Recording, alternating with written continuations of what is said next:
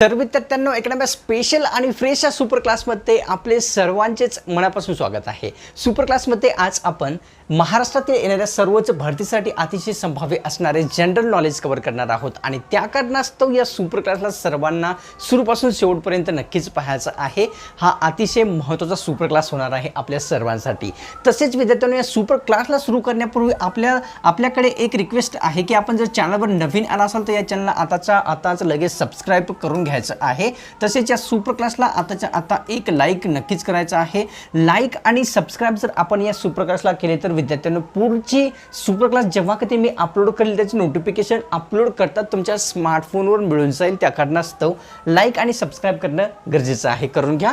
आणि बॅकग्राऊंडमध्ये तुम्हाला जर नॉईज येत असेल तर कृपया माफ करा, कारण थोडीशी नॉईज मला येत आहे त्या कारणास्तव। सुपर क्लासला सुरुवात करूया। सर्वात पहिला प्रश्न पाहूया। प्रश्न विद्यार्थ्यांनो आपल्या समोर जो आहे सर्वप्रथम असा आहे की भारूड हा रचना प्रकार महाराष्ट्रामध्ये कोणी रूढ केलेला आहे ते विचारलेलं आहे। कोणता?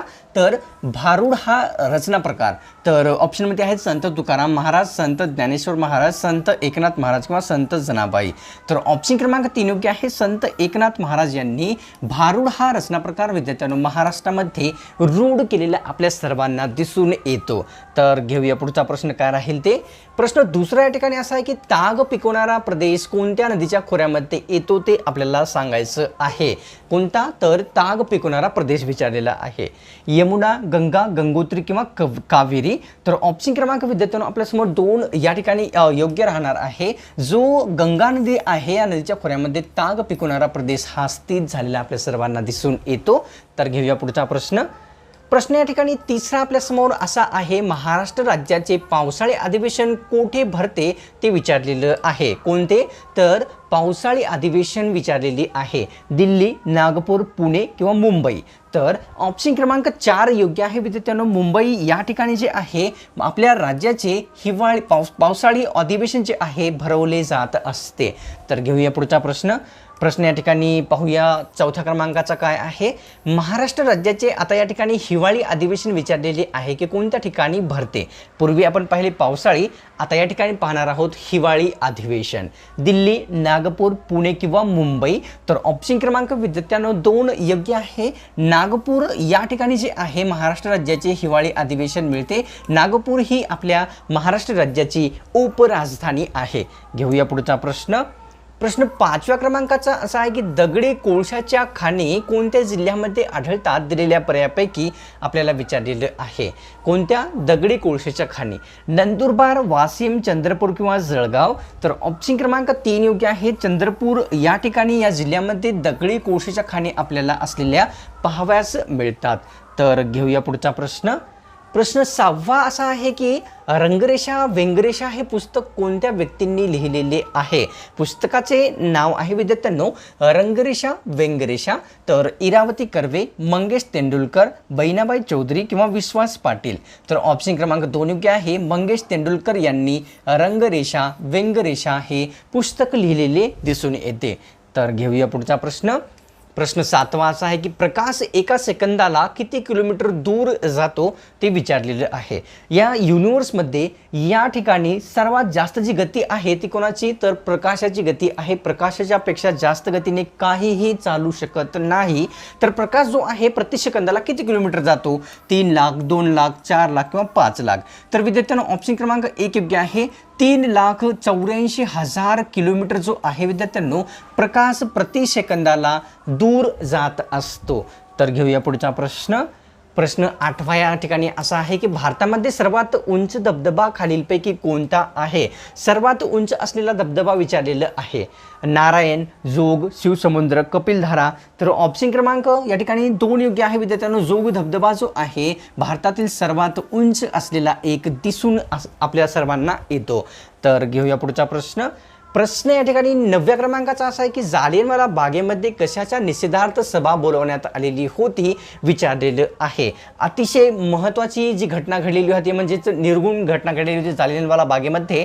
तर कोणत्या कारणास्तव त्या ठिकाणी निषेधार्थ कशाच्या निषेधार्थ सभा बोलवण्यात आली होती? रौलट ॲक्टच्या, चेम्सफोर्ड कायद्याच्या, मोर्ले मिंटो कायद्याच्या किंवा वरीलपैकी नाही। ऑप्शन क्रमांक 1 योग्य आहे। रौलट ॲक्टच्या विरोधात किंवा निषेधार्थ जालियनवाला बागेमध्ये हत्याकांड जी आहे सभा भरवण्यात आलेली होती आणि त्याच ठिकाणी खूप सारा गोळीबार झालेला होता. घेऊया पुढचा प्रश्न. या ठिकाणी आयर्लंडकडून भारतीय राज्यघटनेमध्ये कोणती बाब घेण्यात आलेली आहे? कोणत्या? तर आयर्लंड जो देश आहे या देशाकडून आपल्या राज्यघटनेमध्ये काय घेण्यात आलेली आहे? मूलभूत हक्क, या ठिकाणी काय आहे? सभापती पद, राष्ट्रपती पद किंवा मार्गदर्शक तत्व. तर ऑप्शन क्रमांक 4 योग्य आहे. मार्गदर्शक तत्व जे आहे राज्यघटनेमध्ये आयर्लंड या देशाकडून आपल्या घेण्यात आलेले दिसून येतात. पाहूया पुढचा प्रश्न. प्रश्न 11वा असा आहे की भारतातील सर्वात लांब हिमनदी खालीलपैकी कोणती आहे? सर्वात लांब असलेली विचारलेली आहे हिमनदी स्पेशली की कोणती आहे? सियाचीन, चंद्रा, गंगा, हिसार. तर ऑप्शन क्रमांक 1 योग्य आहे विद्यार्थ्यांनो. सियाचीन ही जी नदी आहे भारतातील सर्वात लांब असलेली एक हिमनदी असलेली आपल्या सर्वांना दिसून येते की आहे म्हणून. पाहूया पुढचा प्रश्न. प्रश्न 12व्या ठिकाणी असा आहे की परमहंस सभेची स्थापना खालीलपैकी कोणत्या व्यक्तींमार्फत करण्यात आलेली होती? विचारलेलं आहे. परमहंस सभेची स्थापना विनोबा भावे, महर्षी कर्वे, दादोबा पांडुरंग तरखडकर, पंडित नेहरू. तर ऑप्शन क्रमांक 3 योग्य राहणार आहे. दादोबा पांडुरंग तरखडकर यांच्यामार्फत परमहंस सभेची स्थापना ही झालेली होती किंवा करण्यात आलेली होती. तर पाहूया पुढचा प्रश्न. प्रश्न या ठिकाणी 13वा असा आहे विद्यार्थ्यांनो की लोकहितवादी नावाने कोणत्या व्यक्तीला ओळखले जाते ते विचारलेलं आहे. कोणत्या नावाने? लोकहितवादी नावाने ओळखले जाणारे व्यक्ती कोण आहेत? दिलेल्या पर्यायापैकी ऑप्शनमध्ये आहेत विनोबा भावे, महात्मा गांधी, गोपाळ देशमुख तसेच पंडित नेहरू. तर ऑप्शन क्रमांक 3 योग्य आहे. गोपाळ देशमुख यांना जे आहे लोकहितवादी या नावाने ओळखले जात असते किंवा संबोधले जात होते. घेऊया पुढचा प्रश्न. प्रश्न 14वा असा आहे की शालीमार हे कोणत्या सरोवराच्या काठावर स्थित आहे? विचारलेलं आहे की शालीमार हे जे आहे कोणत्या सरोवराच्या काठावर येते? ऑप्शनमध्ये आहेत चिल्का सरोवर, दल सरोवर, लोणार सरोवर किंवा वरीलपैकी नाही. तर ऑप्शन क्रमांक 2 योग्य आहे. दल सरोवराच्या काठावर शालीमार हे असलेले आपल्या सर्वांना पाहावयास मिळते की आहे. तर घेऊया पुढचा प्रश्न. प्रश्न या ठिकाणी 15वा असा आहे विद्यार्थ्यांनो की एका वर्षात 30 दिवसाचे जे आहे एकूण किती महिने असतात? 30 दिवसाचे महिने विचारलेले आहे की एका वर्षामध्ये किती असतात? 10, 8, 7, 4. तर ऑप्शन क्रमांक 4 योग्य आहे. 4 जे महिने असतात एका वर्षामध्ये एकूण 30 दिवसाचे असलेला नॉर्मली आपल्याला पाहावयास मिळत असतात. तर घेऊया पुढचा प्रश्न. प्रश्न 16वा असा आहे. भगवान गौतम बुद्ध यांचा जो विवाह आहे खालीलपैकी कोणाशी झालेला होता ते आपल्याला सांगायचं आहे. भगवान गौतम बुद्धांचा विवाह विचारलेला आहे. यशोधरा यांच्याशी, वंदना यांच्याशी, प्रज्ञा यांच्याशी किंवा वैशाली यांच्याशी. तर ऑप्शन क्रमांक 1 योग्य आहे. या ठिकाणी यशोधरा यांच्याशी जो आहे विद्यार्थ्यांनो भगवान गौतम बुद्ध यांचा विवाह झालेला आपल्या सर्वांना दिसून येतो. तर घेऊया पुढचा प्रश्न. प्रश्न 17वा पाहूया. चंद्रपूर जिल्ह्यामध्ये खालीलपैकी कोणता घटक स्थित आहे ते विचारलेलं आहे. दिलेल्या पर्यायापैकी कोणता घटक आहे जो की चंद्रपूर जिल्ह्यात येतो? एलोरा लेणी, महाकाली लेणी, चिमूर टेकड्या किंवा बैराट शिखर. तर ऑप्शन क्रमांक विद्यार्थ्यांनो आपल्यासमोर 3 योग्य आहे. चिमूर टेकड्या ह्या जे टेकड्या आहेत चंद्रपूर जिल्ह्यामध्ये आलेल्या आपल्या सर्वांना दिसून येतात की आहेत म्हणून. तर घेऊया पुढचा प्रश्न. प्रश्न 18वा पाहूया. खालील कोणत्या जिल्ह्यामध्ये कृषी विद्यापीठ आहेत विचारलेले आहे. दिलेल्या पर्यायापैकी कोणते कोणते जिल्हे असे आहेत ज्या जिल्ह्यामध्ये कृषी विद्यापीठ स्थित आहेत? अहमदनगर, रत्नागिरी, अकोला किंवा वरीलपैकी सर्व. तर ऑप्शन क्रमांक विद्यार्थ्यांनो 4 या ठिकाणी योग्य राहणार आहे. अकोला, रत्नागिरी, अहमदनगर या तिन्ही जिल्ह्यामध्ये या ठिकाणी काय तर कृषी विद्यापीठ स्थित असलेले आपल्या सर्वांना पाहावयास मिळतात. तर घेऊया पुढचा प्रश्न. प्रश्न 19वा पाहूया. भीमाशंकर या ठिकाणी कोणत्या नदीचा उगम होतो ते विचारलेलं आहे. ठिकाण आहे भीमाशंकर या ठिकाणी कोणत्या नदीचा उगम होतो? कृष्णा, भीमा, गंगा किंवा कोशी. तर ऑप्शन क्रमांक 2 योग्य आहे. भीमा नदीचा उगम जो आहे भीमाशंकर या ठिकाणी झालेला आपल्या सर्वांना दिसून येतो. तर घेऊया पुढचा प्रश्न. प्रश्न 20वा या ठिकाणी असा आहे. दालचिनी ही कोणत्या झाडाची साल असते ते विचारलेलं आहे. जी दालचिनी असते ती कोणत्या झाडाच्या म्हणजे कोणत्या झाडाची सालच असते विचारलेलं आहे. सागवन, आंबा, सिनेमन किंवा सुपारी. तर ऑप्शन क्रमांक 3 योग्य आहे. सिनेमन झाडाची जी साल आहे तीच आपण दालचिनी या नावाने ओळखत असतो. तर पाहून घ्यायचं आहे. घेऊया पुढचा प्रश्न. प्रश्न 21वा असा आहे की सातारा ते रत्नागिरी या 2 ठिकाणांदरम्यान कोणता घाट येतो ते विचारलेलं आहे. प्रश्न थोडासा स्क्रीनच्या बाहेर जात आहे, माफ करा. सातारा ते रत्नागिरी या 2 ठिकाणांदरम्यान कोणता घाट येतो? ऑप्शनमध्ये आहेत कुसूर घाट, रामघाट, पारघाट किंवा फोंडा घाट. तर ऑप्शन क्रमांक 3 योग्य आहे. पारघाट हा जो घाट आहे सातारा ते रत्नागिरी या 2 ठिकाणादरम्यान लागणारा किंवा येणारा घाट असलेला आपल्या सर्वांना पाहावयास मिळतो. तर घेऊया पुढचा प्रश्न. प्रश्न 22वा असा आहे, कुटुंब नियोजन हा जो विषय आहे कोणत्या सूचीमध्ये येतो ते आपल्याला सांगायचं आहे. अतिशय महत्त्वाचा विषय जो की आहे कुटुंब नियोजन कोणत्या सूचीमध्ये येतो? राज्य सूची, केंद्र सूची, समवर्त सूची किंवा वरीलपैकी नाही. तर ऑप्शन क्रमांक 3 योग्य आहे. या ठिकाणी समवर्त सूची या सूचीमध्ये कुटुंब नियोजन हा विषय असलेला आपल्या सर्वांना पाहावयास मिळतो किंवा दिसून येतो. घेऊया पुढचा प्रश्न. प्रश्न 23वा असा आहे, डॉक्टर बाबासाहेब आंबेडकर स्टेडियम कोणत्या जिल्ह्यामध्ये येते किंवा कोणत्या शहरामध्ये आहे ते सांगायचं आहे. डॉक्टर बाबासाहेब आंबेडकर स्टेडियम विचारलेलं आहे. नागपूर, पुणे, औरंगाबाद, नांदेड.